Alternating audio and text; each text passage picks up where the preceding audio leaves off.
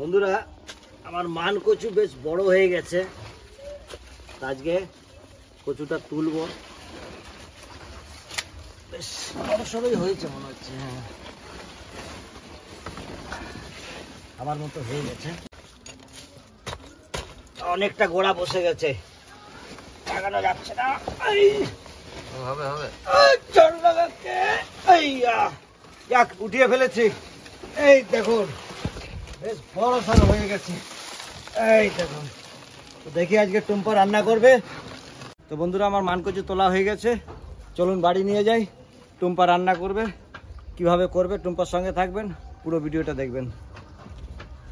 তো বন্ধুরা এই যে মানকচুটা আমি ছাড়িয়ে পরিষ্কার করে নিয়েছি, আর বাজার থেকে নিয়ে এলাম একটু ইলিশ মাছের মাথা। তো আজকে ইলিশ মাছের মাথা দিয়ে রান্না করবে টুম্পা, তো পুরো ভিডিওটা দেখবেন, সঙ্গে থাকবেন কিন্তু।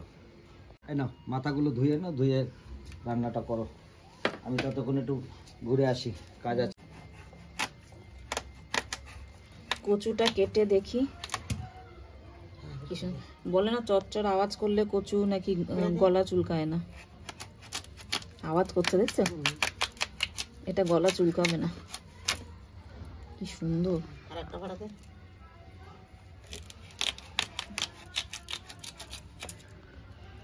বেশি করে ছালবো কি, এতটা করে?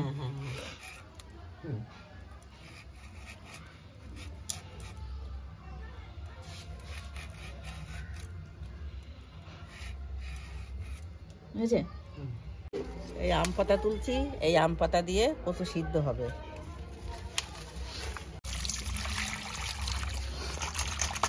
কচুটা ভালো করে ধুয়ে নিচ্ছি।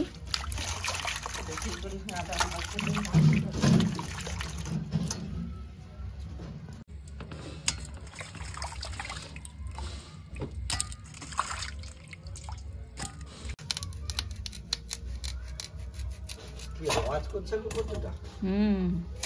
মানে একদম পুরোপুরি পেকে গেছে। না বলে যে কচুতে চচ্চর আওয়াজ হয় সেটাতে নাকি গলা ধরে না। না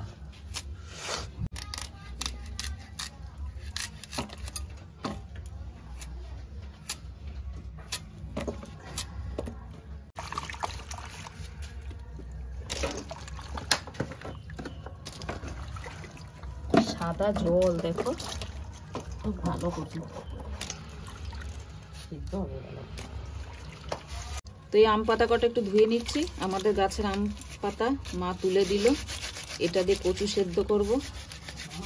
যদিও বা গলা চুলকাবে না হয়তো, কিন্তু তবু বলা যায় না। হ্যাঁ, কষ কাটার জন্য, আর যদি বিড়বিড় করে গলা একটু, তার জন্য আম পাতাটা দিয়ে দেবো। দেখুন ইলিশ মাছগুলো কত বড় বড়, ইলিশ মাছগুলো ভালো করে আমি ধুয়ে নেব।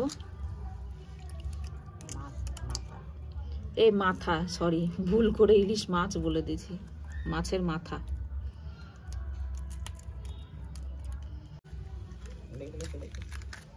তো মাছের কানকোগুলো ফেলে দিচ্ছি। ইলিশ মাছের তো কিছুই বাদ যায় না।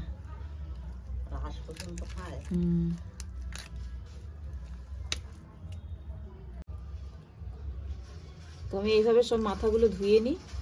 আমি একটু শুকনো খোলায় কি বলে ধনে আর জিরে ভেজে নেব।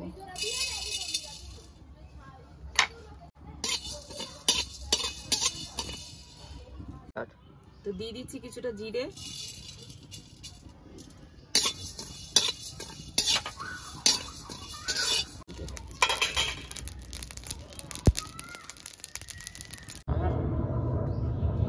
কড়াইতে তেল দিয়ে দিচ্ছি, মাছের মাথাগুলো ভেজে নেব। তো মাছের মাথাগুলো আমি নুন হলুদ মাখিয়ে নিচ্ছি।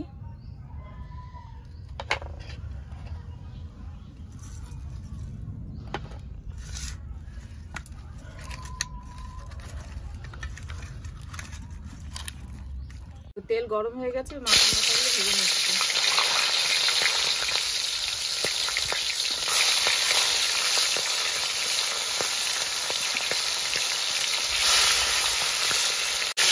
মাছের মাথা ভাজা হয়ে গেছে, এবার আমি তুলে নিচ্ছি।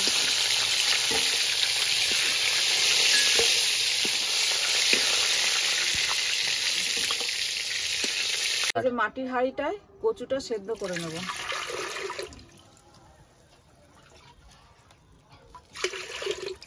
এই যে কচু আর আম পাতা আমি দিয়ে দিচ্ছি।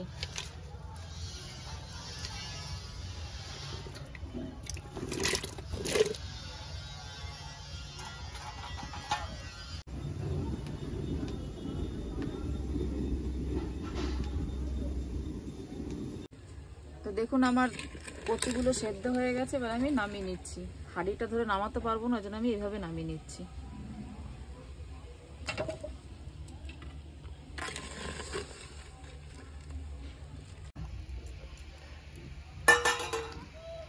তো পাতাগুলো আমি ফেলে দিচ্ছি। তো তেল গরম হয়ে গেছে, দিয়ে দিচ্ছি জিরে ফোড়ন, বাটা,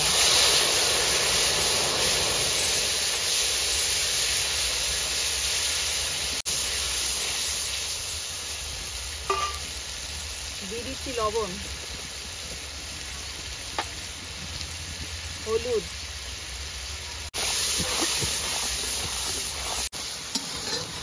ইলিশ মাছ দিয়ে মান করছে তো ওই জন্য বেশি কিছু মশলা দিচ্ছি না, সামান্য এই মশলা দিলাম, এগুলো দিয়ে দেবো।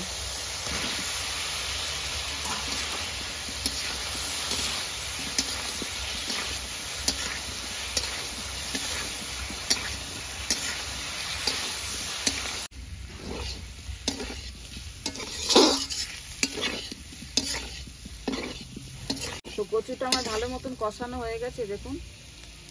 এবার আমি জল দিয়ে দেবো।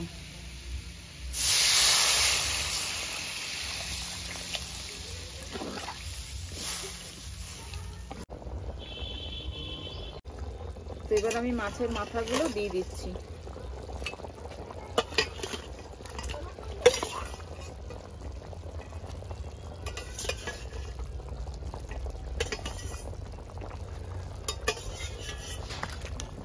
যে ভাজা মশলাটা আমি একটু বেটে নিচ্ছি,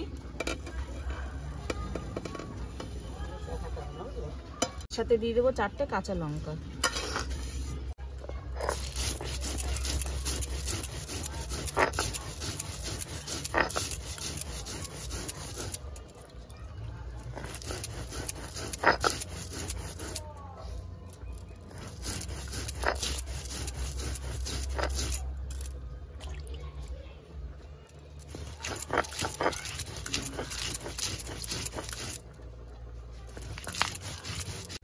তো দেখুন বন্ধুরা কচুটা কি রকম গলেছে দেখুন, মানে কাটতেও হবে না, এই দেখুন একদম গলে গেছে।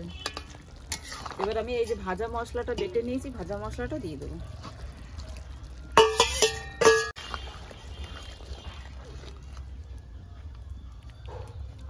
ইলিশ মাছের মাথা দিয়ে মান কচু হয়ে গেছে, এবার আমি নামিয়ে নিচ্ছি।